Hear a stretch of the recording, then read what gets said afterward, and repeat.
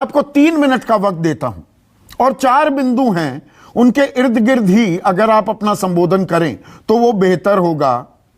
राजनीतिक, क्या कुछ आपने कामयाबी हासिल की?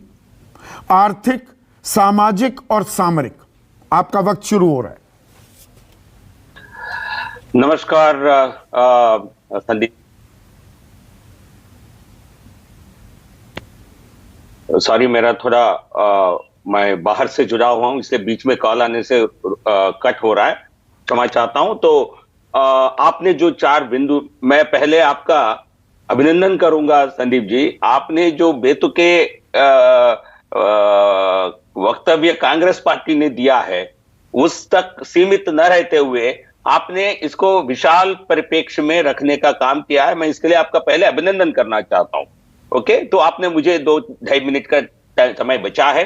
आर्थिक विषय पर राजनीतिक हमारी जो नीतियां हैं, राजनीतिक जीत हैं, उसके बारे में मैं आखिरी में आऊंगा, क्योंकि वो हमारे काम का एक जनता से के द्वारा दिया गया एक हमारा एक तोहफा के रूप में मैं देखता हूं, एक वर्डिक्ट के रूप में उनका देखता हूं। आर्थिक परिप्रेक्ष्य में जब मोदी सरकार देश में मोदी जी ने सत्ता संभाला 2014 में, तब लगातार आप पूरे मनमोहन सिंह जी के कार्यकाल में एक हाई इन्फ्लेशन वाली सरकार चली है और उसमें डबल डिजिट इन्फ्लेशन देखा गया। महंगाई का दर डबल डिजिट में, फुल इन्फ्लेशन में खास करके। और मोदी जी ने जब प्रधानमंत्री बने, सबसे पहला उनका ये लक्ष्य था कि मैं इन्फ्लेशन को काबू में लाऊंगा, इन्फ्लेशन को कम करूंगा।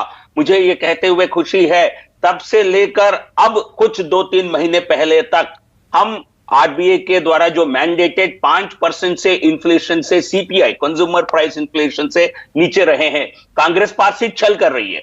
डब्ल्यूपीआई एक आम आदमी का कोई लेना देना नहीं है, वो होलसेल प्राइस इंडेक्स, हम होलसेल में थोक में खरीदने वाले लोग नहीं है। कंज्यूमर प्राइस इंडेक्स हम सबके लिए मैटर करता है। तो हमारा जो कंज्यूमर प्राइस इंडेक्स लगभग पिछले 8 साल में उसमें कम से कम 7 साल 9 महीने तक बिलो 5% रहा है। पिछले 2-3 महीने में स्थिति थोड़ी खराब हुई। उसके लिए विश्व ये क्या परिप्रेक्ष्य है पूरी जनता जानती है।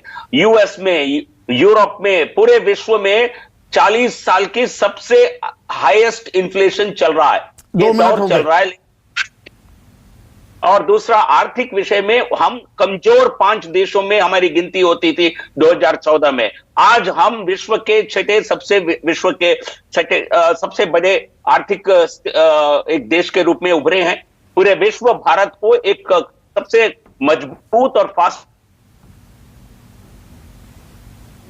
और तो दूसरा, सामाजिक विषय पर हमने पिछले 70 साल में जो विकास कार्य नहीं हो सके हैं, वो काम प्रधानमंत्री मोदी जी ने 5 साल में किया है। गरीबों के असली जो विकास हुआ है पिछले 6 साल में, 8 साल में हुआ है। जनधन हो, हर तरह के इंक्लूसिविटी, केवल नारे लगाए गए गरीबी हटाने की, गरीबी हटाने का काम मोदी जी के कार्यकाल में हुआ है।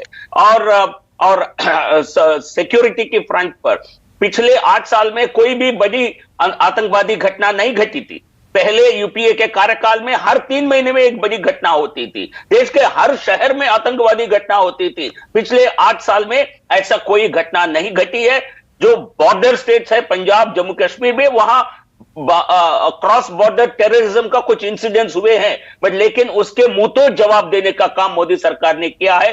3.5 मिनट हो गए, मैं आपको 30 सेकंड और दे रहा हूं, आप बात जारी रखिए, संबोधन पूरा कीजिए। ये कोई इस देश में ऐसा कोई सोच नहीं सकता था। आर्टिकल 370 हम जीतने के बाद, 2019 के जीतने के बाद, हमने आर्टिकल 370 को हटाकर जो नामुमकिन है, जो लोग नामुमकिन समझे, उसको मुमकिन करके दिखाया। इन सबके नतीजे हैं।